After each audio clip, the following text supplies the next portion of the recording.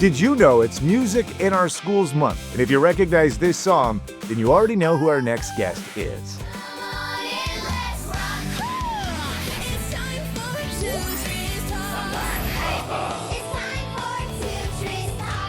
Welcome to Tutris Talks. I'm your host, Jeff McAdam.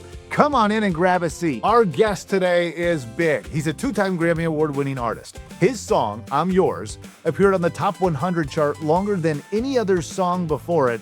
And you might have seen him on Dancing with the Stars, too. He can move better than this. Please welcome to the show one of my all-time favorite musicians, Jason Mraz. Hey, Jason. Hey, Jeff. How you doing? I'm good. I'm feeling pretty good, but I have to imagine you're maybe feeling a little tired. Our whole entire family took in one of the two performances you had over the weekend. And what you do for the community, the different organizations you bring in to be a part of that is truly, it's incredible. Big production, fun-tastic. I'm fully charged from doing things like that. For your listeners, we put on a show every, I guess it's semi-annually now.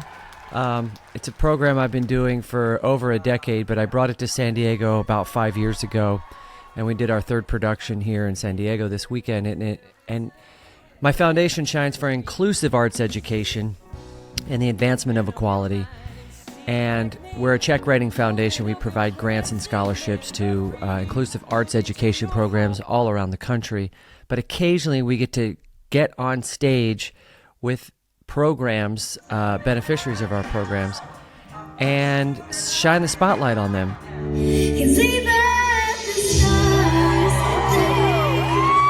To showcase what it is they do.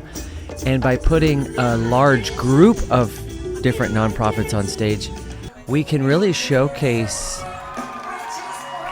to society what a society looks like. Because when you get every kind of ability on stage, the typically abled and the differently abled, they come together and really start to learn each other's differences. And by the end of the weekend, it's a real celebration of our differences. We're embracing diversity, and because that's the kind of world we live in, it is very diverse. So our program just highlights that, and we get to sing and dance about it. Well, it's really unique. To your point, it's very cool. We've been now, 3 different years, and it's cool to see it through the eyes of my 5-year-old now. You had mentioned while you were on stage that for you got your start. You were in a theater just like that at one point. Yeah. Is that what does dream mean, I suppose, in this season of your life? Do you hope to inspire somebody like you? Yeah, absolutely. Yeah, so my dream began by being turned on to performance art and arts education at a very, very young age. Music education and, also visual art. I just loved that I was, say, given a blank piece of paper or a quiet instrument, and I was invited to make a mess on that paper or create my thoughts and hearts and feelings on that paper, or make a noise with the instrument. Like, both of those things go from I am nothing to I am something, and I am entrusted with this blankness to fill it.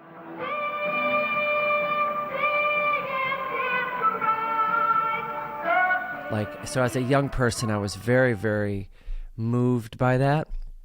And when I saw live theater or live entertainment, and I also got to see it on my children's programming, because Mr. Rogers, who I grew up with, he welcomed all walks into his home, and there was jazz, and there was painting, and there was making things and imagining things and addressing feelings through art. And of course, Sesame Street, very musical program. It's finally again my turn. It's time to return. So all of that combined with seeing live entertainment in a theater, because my mom took me to see musicals and plays and bands and whatnot. I, at a very, very young age, saw that the creative arts could be a path for me. Could be a place where I could play full out for the rest of my life, where I could maybe find a loophole where I could stay a child my whole life, whereas my dad worked in construction, and I saw that path. Like, okay, if I don't choose music, maybe I'll end up working for my dad, cleaning up construction sites, digging holes, building fences, that sort of thing. And my dad was very supportive as well. Go dream your dream, go sing your songs, and if you do, you'll never work a day in your life. And my parents were very supportive. They dropped me off at music classes. They dropped me off at dance classes, drama classes where I would get to learn improvisation, imagining what it's like to walk through Jell-O.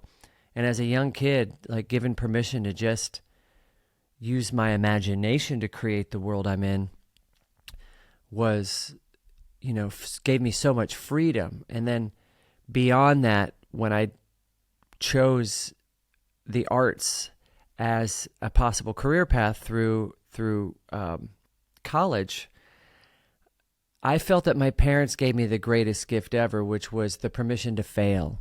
Go out there and pursue your dream. At least try, and we will still love you if it doesn't work. You can always come back home. And so that permission to fail gave me even more motivation to go out there and prove that I could do it, that I wasn't going to fail at this music thing. So it was a culmination of things. Mr. Rogers, Sesame Street, my parents turning me onto arts and crafts and enrolling me in some great arts education programs, all the way up until going to college where they said, you go for it, kid. Yeah, what a gift to have parents like that, right? And I'm fortunate enough to have similar parents. You had mentioned they told you you can always come back home, which is some of my all-time favorite lyrics of yours. It is in your song 93 Million Miles. Irrefutable father, he told me, son, sometimes it may seem dull, but the absence of the light is a necessary part. Just know you're never alone. You can always come back home.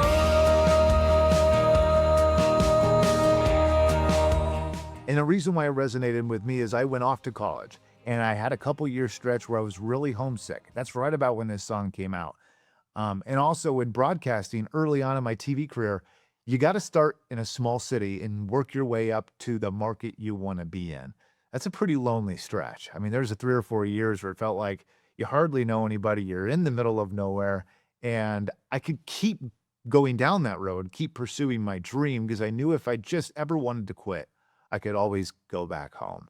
What a gift, right, to have that. And obviously, it's worked out well for you. You're still living that dream. So my dream is the same. I'm now approaching 50, and I get to create this platform, this launch pad for tomorrow's artists, or at least kids who are looking for an alternative way to spend their afternoons or their weekends, or maybe they want to learn tap dancing because their friends are in tap dancing. Sometimes it's just a social activity, and that's great too.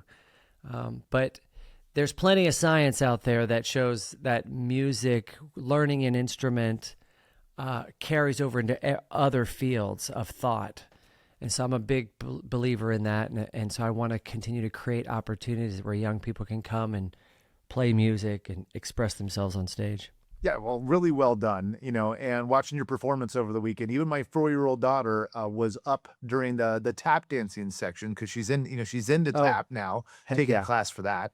So she was feeling it. I wish we could normalize tapping. Could you imagine someone just walking into a coffee shop wearing tap shoes, or walking up to the ATM and they're just doing a time step and a kickball chain shuffle while they're getting their money out of the ATM? Yeah. Oh yeah. Or where it says tap to pay, maybe you just, they're just getting up on top of that and they're just I think it would be a fun world. Yeah, you could see like a traffic cop in the intersection just tap dancing while moving the cars along. Well, yeah, and it would all be cool for like one day, right? And then it would be really obnoxious. Yeah, you might get a few noise complaints after a while. Yeah. Well, I suppose this is as good a time as any to make the transition into, the theme of this episode, which is Music in Our Schools Month, which is the month of March. And, you are well known for the kind of the philanthropic work that you do, either getting instruments into the hands of kids or the actual programs that you help put into schools around the country. I remember seeing news stories 10, 15 years ago about it, and you're still doing it today. And it comes at a time when there's a lot less and less funding for music in the arts. Why? Why is music so important in education? Well, I mean, quite simply, it's collaborative. So if you're singing, you're going to be singing with other students or singing with other students playing instruments. So it's very collaborative in listening and in building harmonies and understanding the rhythms and patterns of music. Building those rhythms and patterns, I'm not a scientist and I don't have the statistics, but I know there's tons of studies out there that show that for brain development, like music is so important and powerful as a musical medicine, if you will, to just strengthen a human's cognitive abilities. I think it also creates a platform for acceptance because people sound differently when they make music, and they all have different interests in sound and music. So you get to bring all these different styles together. Music is this invisible art form. So it's based on our playing, our literally striking instruments and banging on things, which Mr. Rogers would say, that is a great way to get your feelings out. It's to just bang on an instrument and really play it, rather than maybe hit things that could hurt you, or rather than say things that could hurt someone else. You can address your feelings through music in a really beautiful and potent way, and sometimes get the message heard even louder than just yelling it at someone. Music is also about writing. It's about sharing your feelings and your words and your stories, and giving people a chance to be heard, especially a young person. Maybe they're entering their teens and they're feeling a lot of things and they're seeing a lot of things about the world, and they suddenly have a lot of opinions. Music is typically a place where they go. They listen to the artists that resonate with their feelings, and if they have access to playing music, they could play along with those artists and those songs and or create their own. You're less likely to become sort of troubled by those feelings, and instead, learn how important it is to just recognize what those feelings are. So then you can recognize the pain and suffering in others. So it creates a more empathetic world. So those are the three things I always say that music provides: is acceptance, compassion, and empathy. Yeah, totally. I mean, music is just therapeutic all the way around. I mean, even just listening to it, right, is therapeutic. So that makes sense. Well, this next question is not coming from me, Jason. It's a more of a hard-hitting question, and it's coming from our Tutris Kid reporter. Appears on the scene just like it's magic. Here's the news, his luck would have it. Hey Jason, I'm Landon Luck and I'm 5 years old. Jason, what's the very first thing you learned how to play? Wow. The very first thing I learned how to play was probably the piano. We had a piano in our house, and I was so grateful for that.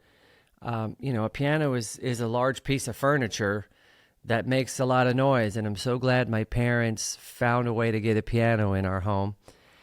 And it's because my mom liked to play Christmas songs and church hymns and popular music of her era. And she sat me on her lap and shaped my fingers to play triads, to play chords, and taught me how to rhythmically, repeat those chords and move around. And basically just invited me to sit at this large piece of furniture and bang on it. And I quickly realized that I could repeat parts, and it sounded like, okay, now I'm kind of getting into a trance, or I'm getting into a rhythm or a thing that sounds like some of the music I've heard, like classical music or something. And so my mom did give me some piano lessons. There was a guy down the street that I would go visit for some piano lessons, and I had a real hard time not wanting to just go outside and play with my friends. But the piano was definitely the first thing I learned how to play, and it was kind of my primary instrument up till I was about 17 years old. Yeah. It must be a kid thing, because we're going through that right now over here at this house, where they are just all about the keyboard. And they've been that way really since they were, babies, could sit on my lap. But my son Yeah. now, I have a video of him where he's in his pajamas and he's hitting these keys, and it's almost like he's being transported to a different place. And when you turn on Yeah. that Top Gun theme song, Yeah. look out. I mean, he gets Yeah. hyped.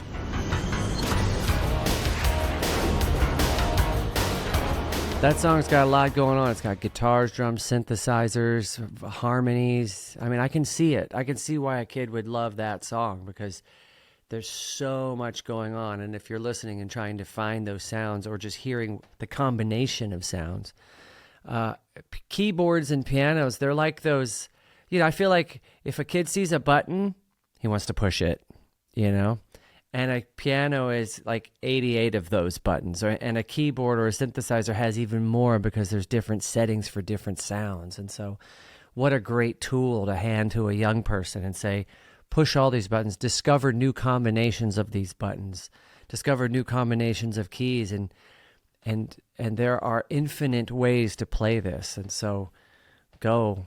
Oh, here are the keys to navigate the highway to the danger zone.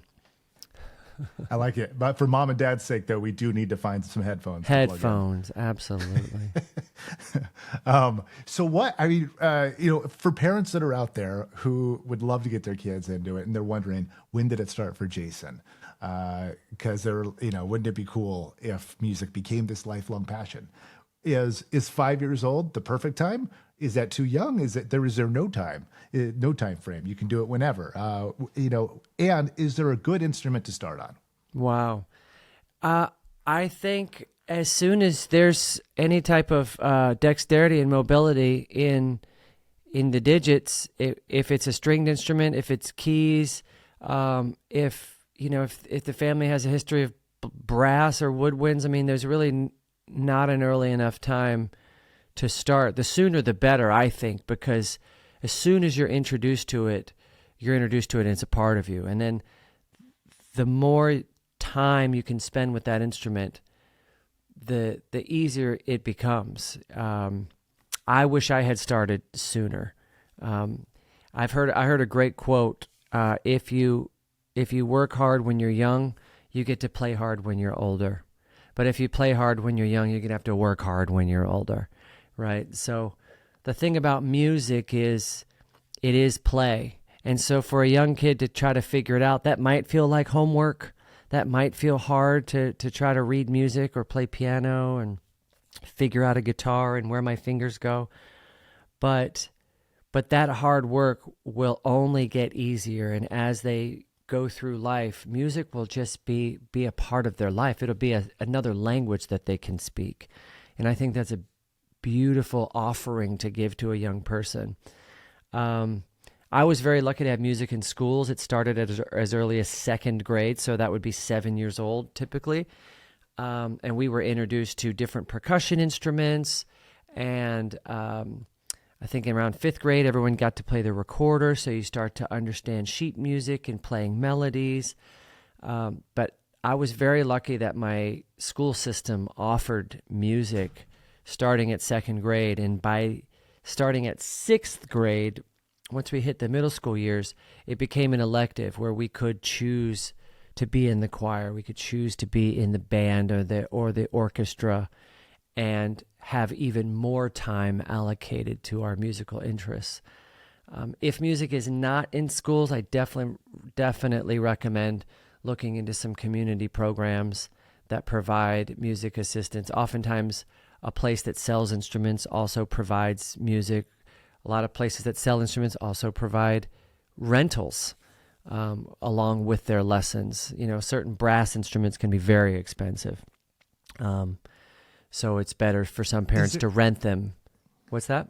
Yeah, I was saying, is there like a gate? Is there a good gateway? I mean, I know the recorder is like the universal thing, right? You just mentioned like fifth grade, and I think that's when gateways. I started I mean, recorder's okay, but for me, I couldn't sing and play record at the same time, and I wanted to immediately start singing some of my favorite songs, and so piano was great, but that's also because I hadn't been introduced to any stringed instruments yet. That wouldn't come for me till I was in high school, but I personally think an ukulele is a great start because what an ukulele is already 4 strings on the guitar high on the register of a guitar neck.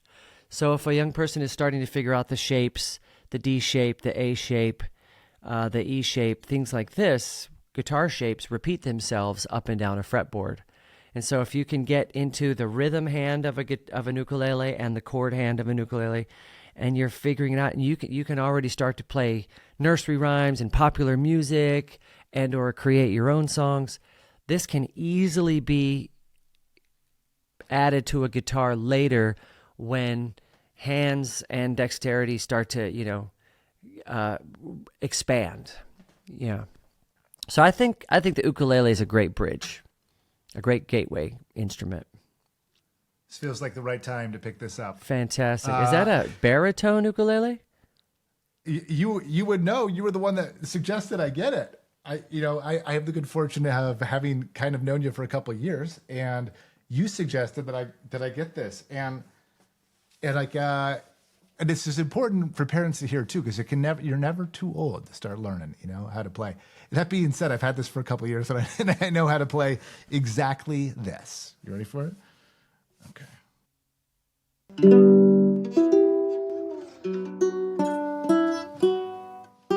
Beautiful. There we go. It's incredible. A start. It's a great start.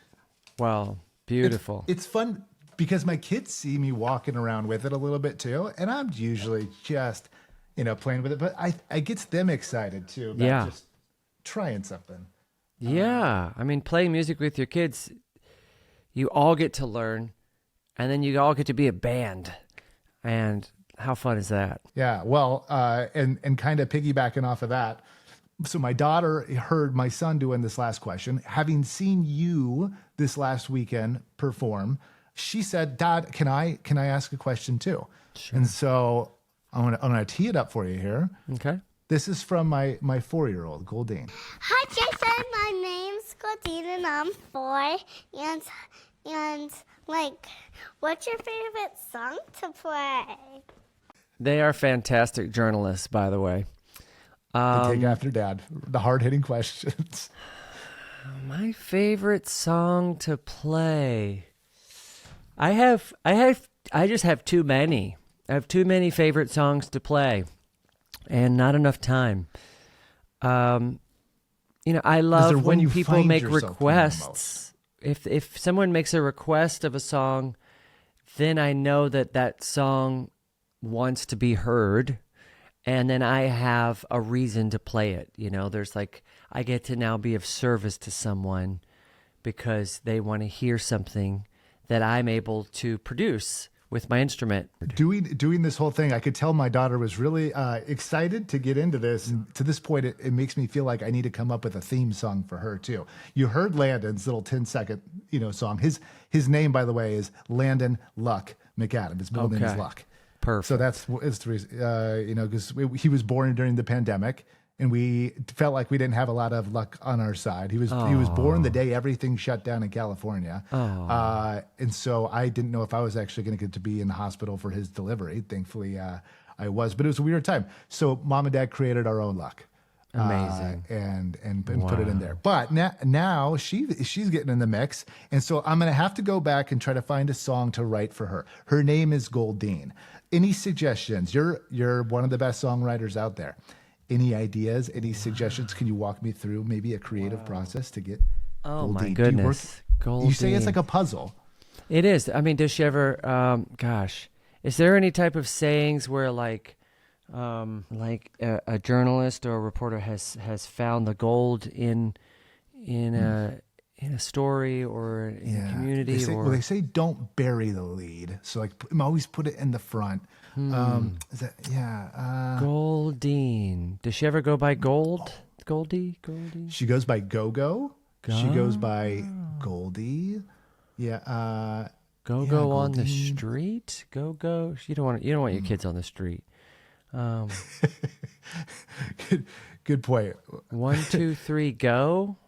Ask your question. And 1, 2, 3, go. Go goes.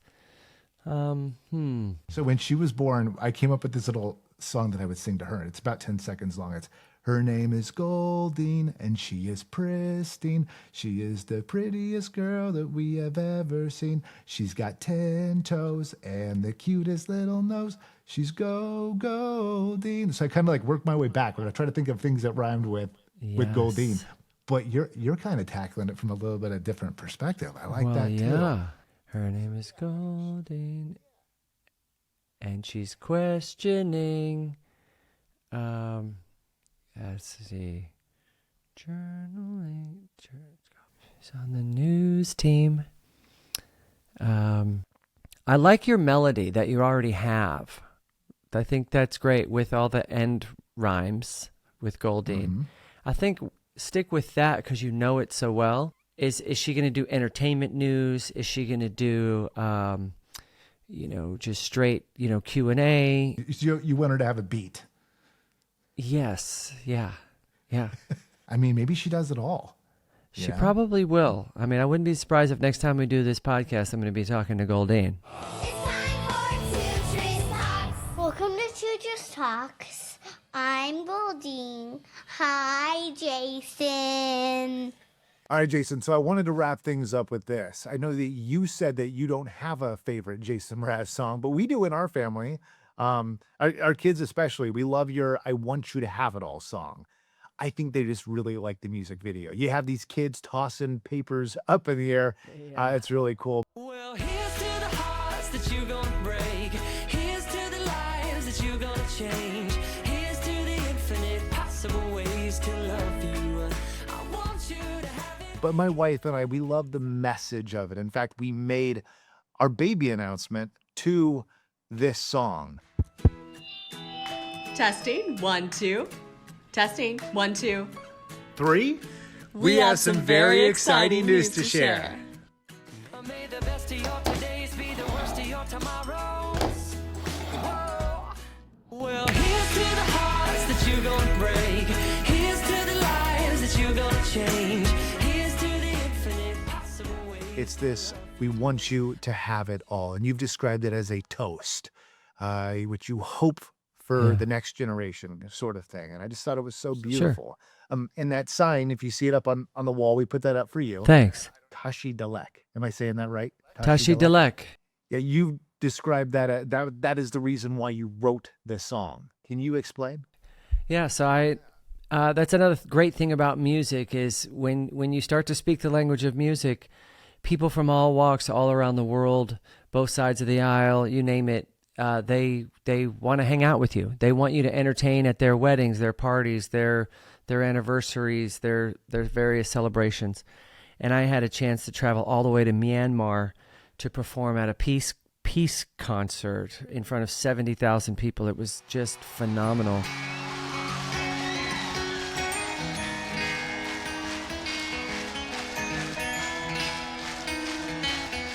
And while spending a few days in Myanmar, all the monks that walk the street, in fact, it was pretty common greeting pretty much among everyone. They would say, Tashi Delek, Tashi Delek, Tashi Delek.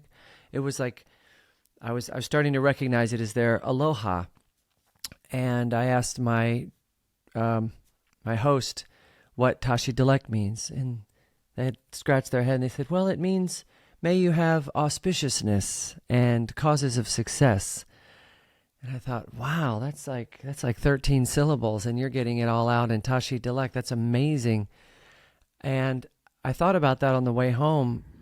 I was sitting on the plane. May you have auspiciousness and causes of success. What a beautiful thing to say to a stranger, to wish them, great blessings and good fortune in their lives. And so I started writing more lines like that in the same rhyme scheme. May you have auspiciousness and causes of success. May you have the confidence to always do your best. May it take no effort in being generous, and so on. And I wrote all these different rap verses, and it's just a fun way for me to pass time when I'm on an airplane. It's just journal and create word puzzles. And a few months later, I was in the studio. We were working on a track, and I remembered I had these verses in my pocket. And turned the song into Have It All. We want you to have it all. And then when that song premiered, I was doing a program similar to Dream that you had just seen this weekend. It was a program that we were doing in Richmond, Virginia, with a lot of students, and I was at the same time I was an ambassador for Turnaround Arts, which was a music in schools program that Michelle Obama was in charge of. And so when we made the music video, we were already singing and dancing with a bunch of kids, and we asked if they'd want to be a part of it. And of course, they were overjoyed and all, threw their papers up in the air with excitement to be a part of it. So that was a real gift. And I wanted to also be using my, my music video advertising energy, promotional dollars to showcase something meaningful. And for me, that was, music in schools. And without it, I wouldn't be where I am today. And I know without it, there'd be a lot of sad and lost young people. I think music in schools is just such an important part of education, period. Here's to the fact that I'd be sad without you. I want you to have it all. Music is all around us every single day. It should all be part of everyone's curriculum. I mean, the same way we have to learn math and science and English, and why should we not be introduced to how music works so that we can have more access to that language? And so I'm so grateful for that. All right, so we're going to wrap things up with this, Jason. We like to have our previous podcast guest ask our next podcast guest a question. And our next podcast guest is like the PA announcer of the best of all time. He's done like the last 18 Super Bowls. Wow. You would recognize your voice if you heard him, Alan Roach. Okay, no problem. I know I'm putting you on the spot, but do you have a question for Alan? Well, for someone who's gone on to become a PA announcer, my question is, did that start at a young age? Did that start in school? I was very lucky to do the announcements at my high school. So I would say, ladies and gentlemen, please stand for the Pledge of Allegiance. And I would do the pledge, and I would say the science club is going to be meeting in room 3H, and the drama club will be postponed until tomorrow, that sort of thing. And I loved putting on a voice. I loved ladies and gentlemen, please stand for the pledge. And of course, whoever was in the office would come over and say, Jason, please don't use that voice. Just talk like yourself. But I loved putting on like a newscaster's or that Northwestern accent. So when I see someone whose profession that is, I was always curious, did they have that interest and awareness at such a young age, at a really young age? Were they doing announcements at dinner? And it's like, and tonight it's mom's meatloaf with a side of gravy made of mushrooms. Or did they, when did that little light bulb come on that they could use their voice to tell us what's going on? Great question. I don't think I knew that about you in the announcing. Maybe I've seen you in a music video kind of doing some announcing. That sounds familiar. Thank you so much for being on the show and for sharing about music and arts and education. It's really important. My pleasure. Thanks for having me, Jeff. And I'll end it with this. Tashi Delek, thank you for being on our show.